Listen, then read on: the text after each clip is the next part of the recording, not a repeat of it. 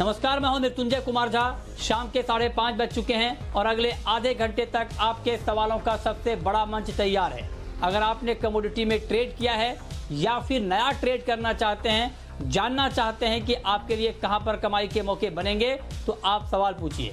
Number आप note कर लें जिस नंबर पर आप कॉल कर सकते हैं 022-2300-1634। इसके अलावा आप 022-2300-1635 पर भी अपना सवाल पूछ सकते हैं।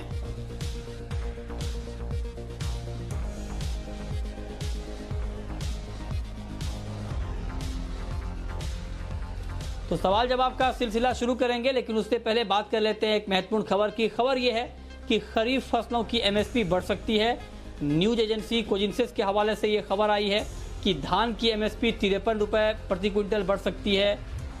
मक्के की एमएसपी में 200 रुपये प्रति क्विंटल तक बढ़ाने पर विचार हो सकता है और उड़द की एमएसपी में 300 रुपये प्रति क्विंटल की बढ़ोतरी हो सकती है। मीडियम स्टेपल कॉटन की एमएसपी 260 रुपये प्रति क्विंटल बढ़ सकती है। लॉन्ग स्टेपल कॉटन 350 रुपये इसकी एमएसपी में बढ़ोतरी हो सकती है। हमारे साथ इस पर बातचीत करने के लिए फोन लाइन पर हैं डबलिंग फार्मर्स इनकम कमेटी के चेयरमैन अशोक दलवई साहब हैं। सर, बहुत बहुत स्वागत है आपका जी बिजनेस पर। ये जो खबरें आई हैं सूत्रों के हवाले से कि अलग अलग फसल की कितनी एमएसपी बढ़ेगी, जैसे धान की एमएसपी में 53 रुपये, कॉटन की एमएसपी में करीब 350 रुपये प्रति क्विंटल की बढ़ोतरी की खबरें आ रही हैं। क्या अगर इतनी बढ़ोतरी होती है तो ये पर्याप्त होगी? पहली बात यह है कि ये तो मैं नहीं कह सकता हूँ कि क्या होगी।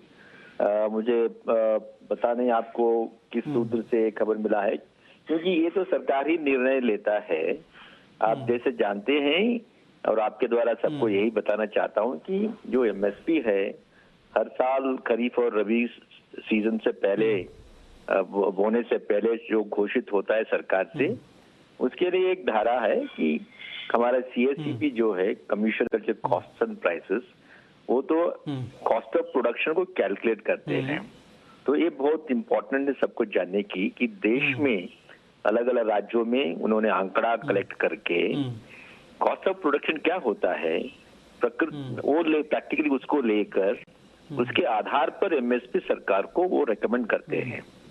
और आप जैसे जानते हैं कि 2018 में सरकार ने एक नया एमएसपी पॉलिसी को अपनाया है। जो स्वामीनाथन साहब ने रेकमेंड किए थे उसको ही अपने अपना के हर कॉस्ट ऑफ प्रोडक्शन पर जितने हमारे 25 कमोडिटीज जिन पर घोषित होता है एमएसपी, मिनिमम 50% प्रॉफिट को शामिल करके एमएसपी घोषित होता है। तो जो भी एमएसपी घोषित होगा, जो तो होने वाला अभी, वो तो निश्चित तौर पर किसानों का जो कॉस्ट ऑफ प्रोडक्शन है उसको दृष्टि में रखते हुए जैसे उनको उस पर लाभ भी होगा, मिनिमम 50% तो है ही, उतना देने का तो वायदा सरकार का है ही। इसके अलावा हमको ये भी याद रखना चाहिए जो प्रॉफिट मार्जिन है 50% मिनिमम है, इसके ऊपर भी सरकार दे सकती है। उदाहरण हमारा वीट जो है, गत साल प्रॉफिट मार्जिन 117% हो गया था। इसका मतलब है जो मिनिमम ज्यादा 2 गुण से ज्यादा सरकार दे रही है। तो मैं इतना ही कह सकता हूं कि जब एमएसपी घोषित होगी, वो सरकार का निर्णय होगी, तो निश्चय किसानों को अपने कॉस्ट ऑफ प्रोडक्शन जरूर मिलेगा। ठीक है, तो आप कह रहे हैं कि कॉस्ट ऑफ प्रोडक्शन ज़रूर मिलेगा, लेकिन मैं दलवई जी आपसे एक सवाल और पूछना चाहता हूं कि आप चूंकि डबलिंग फार्मर इनकम कमेटी को हेड कर रहे हैं, आपके ऊपर एक बड़ा जिम्मा है किसानों की आमदनी दोगुनी करने का। 2022 तक का टारगेट रखा गया था, 2020 के मिड में हम लोग ऑलरेडी पहुँच गए हैं। तो क्या उस दिशा में कहाँ तक हम आगे बढ़े हैं? कोई कैलकुलेशन आपने किया है क्या कि जब आपको ये जिम्मेदारी मिली थी किसानों की आमदनी दोगुनी करने वाली कमेटी को हेड करने की, तब से अब तक में कितनी बढ़ोतरी हुई है, कितना बाकी रह गया है 2022 तक पूरा करने में? अच्छा, ये चीज सरकार का जो बद्धता है कि 2022 तक हमको 2 गुण करना है, तो हमने 2015-16 को एक बेंचमार्क ईयर लेकर 2016-17 से हमारा काम शुरू हुआ है। तो आप जानते हैं कि पिछले 4 साल में सरकार ने बहुत सारे नया कदम उठाया है। हमारा लक्ष्य यही है कि अब तो किसान हमारा केंद्र बिंदु रहेगा, खाली एग्रीकल्चर ग्रोथ नहीं। जब किसान हमारा केंद्र बिंदु है, इसका मतलब यही है कि किसान को कैसा कृषि से, एग्रीकल्चर से फायदा होगा। तो इसमें 3 मुख्य अंश है। पहली अंश यही है कि हम नया तकनीक उनको देकर हमारा प्रोडक्टिविटी जो है उसको बढ़ाने के लिए हमारा एक लक्ष्य है और उसी तरीके से चल रहा है।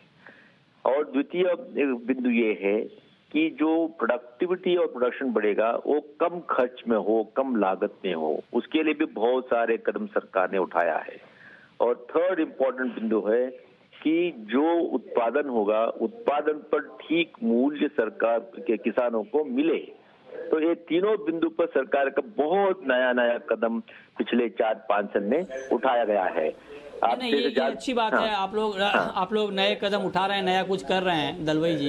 लेकिन मैं सर आपसे जानना चाहता हूं कि किसानों की मुश्किलें कम हुई नहीं हैं और अभी भी किसानों का एक बड़ा तबका ऐसा है जिन्हें अपनी फसल को एमएसपी से कम के भाव पर बेचना पड़ रहा है। अगर हम अभी ताज़ा हालात की ही बात करें तो बिहार के बड़े पैमाने पर ऐसे किसान हैं जिन्हें पिछले साल के मुकाबले मक्का 40 से 50% कम पर बेचना पड़ रहा है।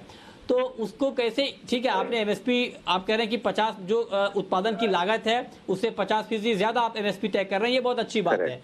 लेकिन ज्यादा जो तय कर रहे हैं आप वो किसानों को मिल जाए, उस दिशा में क्या कोई बड़ा कदम उठाया जा रहा है? किसानों को पक्के तौर पर मिल जाए, मतलब ऐसा नहीं कि किसान को, ठीक है एमएसपी तो कुछ भी है लेकिन किसान मार्केट भाव पर, कम के भाव पर बेच रहे हैं। इस दिशा में क्या कुछ नया हो रहा है? ऐसा है, किसान को अपने उत्पादन पर ठीक मूल्य दिलवाने के लिए 2 तरीके हैं और दोनों तरीके पर सरकार का काम हो रहा है। पहला तरीका ये है कि हमारे मार्केट में सुधार लाए, क्योंकि बहुत सारे कमोडिटी जो है, सरप्लसेस है, वो मार्केट में सेल होता है। तो आप जैसे जानते हैं मार्केट का एक वातावरण को सुधारने के लिए नया मॉडल मार्केटिंग एक्ट को अपनाया गया है, कॉन्ट्रैक्ट फार्मिंग को लाया गया है और उसके साथ ई-नैम सिस्टम को लाया गया है, ताकि प्राइस डिस्कवरी जो होता है एपीएमसी में, उसमें सुधार लाने के लिए बहुत तरीके कदम उठाया गया है। इसके साथ जो MSP minimum support price system है, तो एमएसपी बेसिस पर जो प्रोक्योरमेंट होता है वो प्रोक्योरमेंट भी ज्यादा किया गया है। पहले क्या होता था, खाली वीट या पैडी इसका ही प्रोक्योरमेंट होता था ज्यादातर, मगर पिछले 5 साल में हमारे पल्सेस जितने हैं, पल्सेस और ऑयल सीड्स का भी प्रोक्योरमेंट बहुत ऊपर गया है।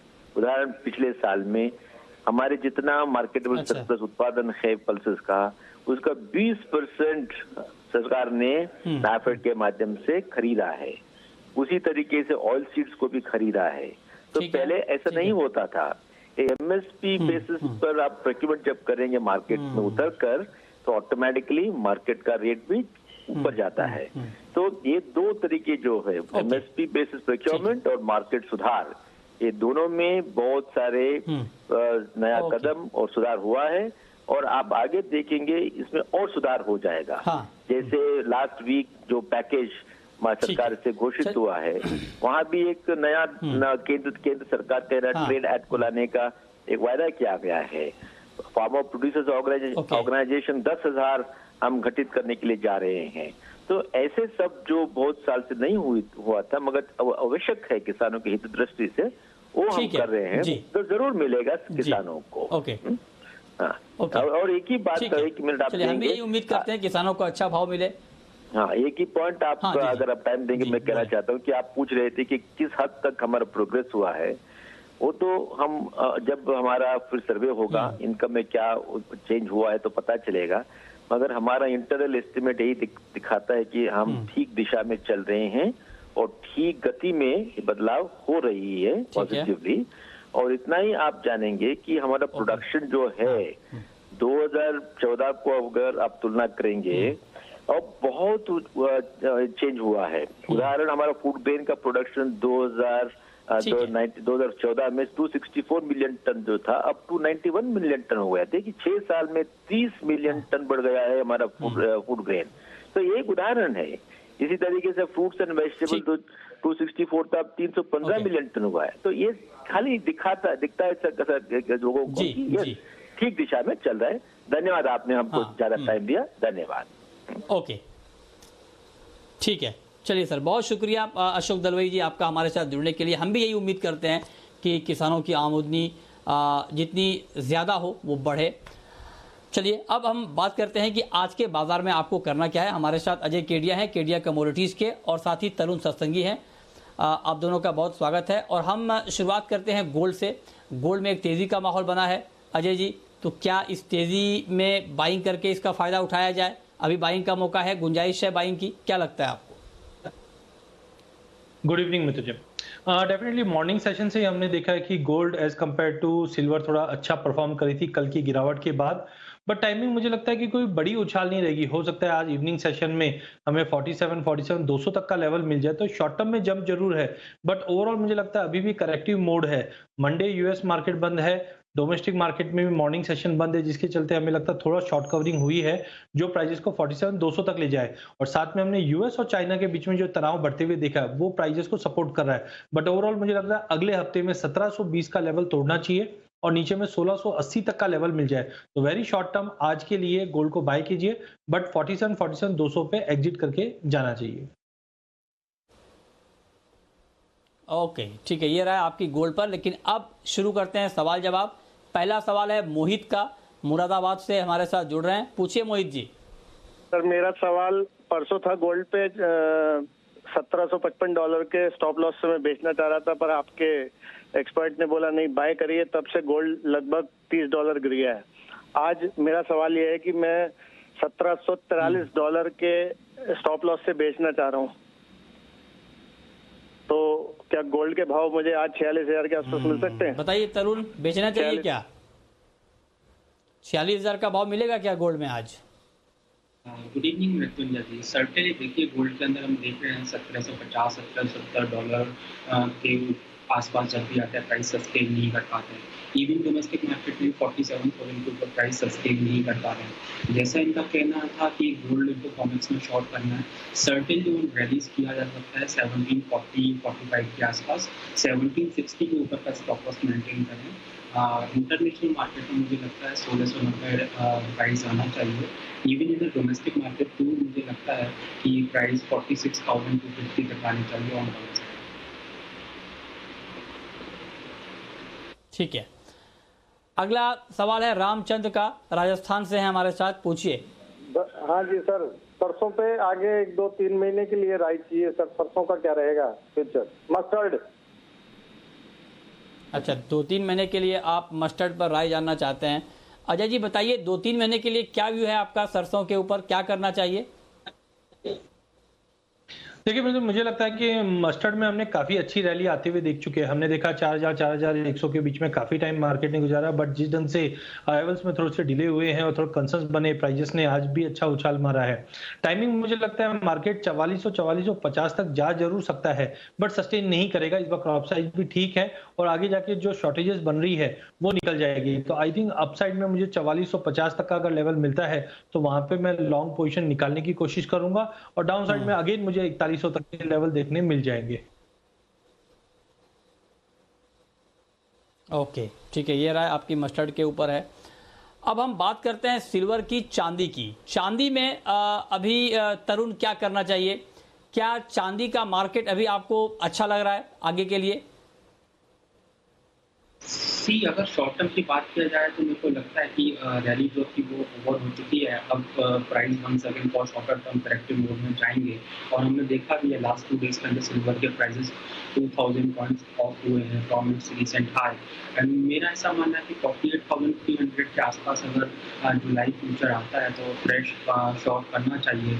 48,600 का स्टॉप लॉस रहेगा। मुझे लगता है कपल ऑफ डेज के अंदर सिल्वर वंस अगेन 47,100 के आसपास आनी चाहिए। ओके, ठीक है। क्रूड में क्या किया जाए अजय जी? क्रूड में बड़ी तेजी के बाद अब थोड़ा करेक्शन आया है, क्या ये करेक्शन अभी गहरा सकता है? अभी शॉर्ट करने का मौका आप देख पा रहे हैं, या आपको लगता है कि यहां से मार्केट बहुत ज्यादा नीचे नहीं जाने वाला है और हर गिरावट बाइंग का लेवल है, क्या लगता है आपको? देखिए, हर गिरावट बाइंग का लेवल है ऐसा मुझे नहीं लगता है एज ऑफ नाउ, बिकॉज जिस ढंग से यूएस और चाइना के बीच में कंसर्न बढ़ा है, साथ में कोविड-19 की सेकेंड वेव का जो कंसर्न है वो भी मार्केट में अभी भी चालू है। सबसे इंपॉर्टेंट था जो ये रैली आई है, नो डाउट हमने भी थोड़ी मिस आउट की है। हमारा एक्सपेक्टेशन था कि $20-22 तक जाने के बाद रिकवरी वापस गिरावट आएगी, बट जिस ढंग से मार्केट ने $10 एक्स्ट्रा बढ़ाया है, हमने देखा चार्ट के अंदर अगर आप देखोगे तो मार्च के अंदर एक गैप हुआ था जब सऊदी ने अपडेट किया था कि हम प्रोडक्शन बढ़ा रहे, तो वो जो गैप था वो फुलफिल करने के लिए मार्केट में ऊपर आया था। तो आई थिंक बाकी फंडामेंटल इन लाइन है। मुझे लगता है प्राइजेस में फिर से गिरावट का रुख रहेगा क्योंकि डिमांड, हम इकोनॉमी ओपन हो रही है बट जो इकोनॉमी फरवरी या जनवरी में थी वैसा कंजम्पशन इमीडिएट में नहीं आ सकता। तो टाइम बिंग मुझे लगता है क्रूड वॉलेटाइल रहेगा, गिरावट के साथ ट्रेड करना चाहिए क्योंकि पिछले 15-20 दिन से कंटिन्यू हमने जो तेजी देखी है जो कहीं ना कहीं चार्ट पे ओवरबॉट का सिचुएशन अलार्म दे रही थी। तो टाइमिंग मुझे लगता है क्रूड में बेच के चलना चाहिए, 2550 के स्टॉप लॉस से वॉलेटिलिटी ज्यादा रहेगी, ऑप्शन के जरिए आप ट्रेड करिए। डाउन साइड में मुझे लगता है इमीडिएट 2350 तक का लेवल देखने मिल जाएगा। ओके, अगला सवाल है नीलम का, मुजफ्फरपुर से हैं, पूछिए नीलम। जी सर मैंने ना 5 गोल्ड लिए हुए हैं 45,200 में, तो ये करंट रेट पे मुझे प्रॉफिट ले लेना चाहिए या लॉन्ग टाइम के लिए मैं इन्वेस्ट किए रखूँ ये? ये अच्छा सवाल आपने पूछा है। अभी इनको मुनाफा हो रहा है तो क्या इनको प्रॉफिट बुक कर लेना चाहिए तरुण गोल्ड में, या बने रहें आगे और अच्छा मुनाफा मिलेगा? अजय जी, यही सवाल मेरा आपसे होगा, गोल्ड में अभी प्रॉफिट बुक करने का मौका है या बने रहने का मौका है? मुझे लगता है प्रॉफिट बुक करना चाहिए, नो डाउट। लॉन्ग टर्म में अभी भी तेजी में हूं, बट शॉर्ट टर्म में हमने देखा मल्टीपल ऑफ टाइम 1750-56 के ऊपर गोल्ड इंटरनेशनल में भी नहीं टिक पा रहा, डोमेस्टिक मार्केट पे भी जो फैक्टर्स थे वो डिस्काउंट हो रहे हैं। तो एक छोटा एक करेक्शन मोड ले सकता है जो वापस 44,500 से 45,000 का लेवल मिल जाएगा। तो बेटर एक बार प्रॉफिट बुक कीजिए, 45,000 के लेवल पे फिर से री एंटर के लिए मौका मिल जाएगा। ओके, अगला सवाल है कैलाश का, सदुलपुर से हैं हमारे साथ, पूछिए Kailash ji. Sir good evening sir. Sir मैंने सिल्वर प्लस करके लॉन्ग कर रखी है 48,375 में, क्या करना चाहिए?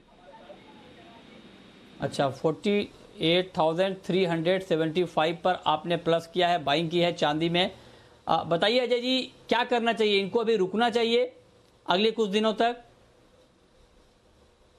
देखिए, गोल्ड सिल्वर रेशियो के हिसाब से जिस ढंग से हमने अप्रैल महीने में 123 का भाव देखने के बाद 100 के लेवल आया, जो कहीं ना कहीं संकेत देता है कि चांदी में आने वाले दिनों में और तेजी रहेगी।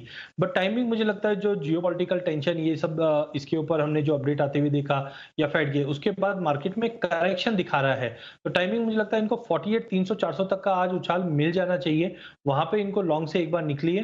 प्राइजेस में मुझे लगता है कि एक करेक्टिव मोड ले सकता है अगले हफ्ते, जो करीबन 45,000 से 46,000 के बीच में रहेगा। तो बेटर है 48,200-300 तक का भी अगर उछाल मिलता है इवनिंग सेशन में तो एक बार प्रॉफिट बुक करके निकलना चाहिए। हाँ, ओके, ठीक है। तो एक बार आपको प्रॉफिट बुक करने की राय दी जा रही है, क्योंकि आपको अच्छा मुनाफा हो रहा है तो आपको एक बार निकल जाना चाहिए। अगला सवाल है राजन का, गाजियाबाद से हैं, पूछिए राजन। सर मैंने 417.90 पे निकल सेल किया है। अच्छा, ठीक है, निकल में आपकी बिकवाली है, तो क्या किया जाए अजय जी? शॉर्ट में बने रहे अभी निकल में? तो ये पूरे बेस मेटल पैक में मैं ज्यादा गिरावट नहीं देख रहा हूँ। आज की जो गिरावट है वो सरप्राइज है, बिकॉज जिस ढंग से हमने चाइना में फिर से हांगकांग को लेकर एक कंसर्न आते हुए देखा, यूएस का इंटरवेंशन देखा, जिसके चलते ये गिरावट आई है। तो टाइमिंग मुझे लगता है निकल में पहले भी 900 का एक अच्छा खासा बेस बन चुका है। तो आई थिंक कॉपर, जिंक और निकल ये तीनों ही काउंटर में आने वाले हफ्तों में तेजी रहेगी। हाँ, आज की गिरावट है ये और थोड़ी बढ़ सकती है, जो डाउन साइड में मुझे लगता है 910, 912 तक का लेवल मिलता है, वहां पर इनको शॉर्ट से बिल्कुल निकल जाना चाहिए। अगले हफ्ते मुझे लगता है बेस मेटल में फिर से एक तेजी का रुख मिलेगा। ठीक है, तो आप कह रहे हैं कि अगले हफ्ते एक बार फिर से बेस मेटल में तेजी का माहौल बनेगा। ये गिरावट आपको तात्कालिक दिख रही है, हालांकि आज गिरावट ज़्यादा है, करीब 2% निकल के दाम गिर चुके हैं, 923 के नीचे आ चुका है निकल का भाव। ओके, अब कुछ एग्री मार्केट की बात की जाए। अजय जी, अगले हफ्ते के लिए आपको एग्री में कहां पर अच्छा पोटेंशियल दिख रहा है ट्रेड का? मुझे वैसे देखा जाए तो एग्री के अंदर वॉल्यूम्स काफ़ी ज़्यादा कम हो चुके हैं, ओआई में भी ड्रॉप है, जिसके चलते कोई भी क्लियर व्यू नहीं निकल पा रहा है। बट फिर भी अगर फंडामेंटल के साथ जाएं तो मुझे चाइना सबसे अच्छा लगता है। काफ़ी टाइम हो गया है ये चाइना चला नहीं, और एमएसपी और दोनों के बीच में भी काफ़ी गैप है। आगे जाके मुझे लगता है अगर चाइना अगर एक हफ्ते की बात करें तो 4000 का ऊपर अगर मेंटेन रहता है तो हम 4180 से 4220 तक का लेवल देख सकते हैं। वहीं दूसरी कमोडिटी जीरा रहेगी। जीरे में हमने 13100 का एक अच्छा बेस बनते हुए देखा है, और साथ में हमें लगता है कि अभी जो इंडस्ट्री डिमांड है, जनरली देखते हैं कि हम अप्रैल मई में रहती है, बट इस बार लॉकडाउन के चलते ये एक्सटेंड होकर मई और जून तक एक्सटेंड हो गई है। तो जीरे में भी मुझे लगता है एक अच्छा उछाल रहेगा, जो 13600 से 13800 तक के लेवल देखने मिल जाएंगे।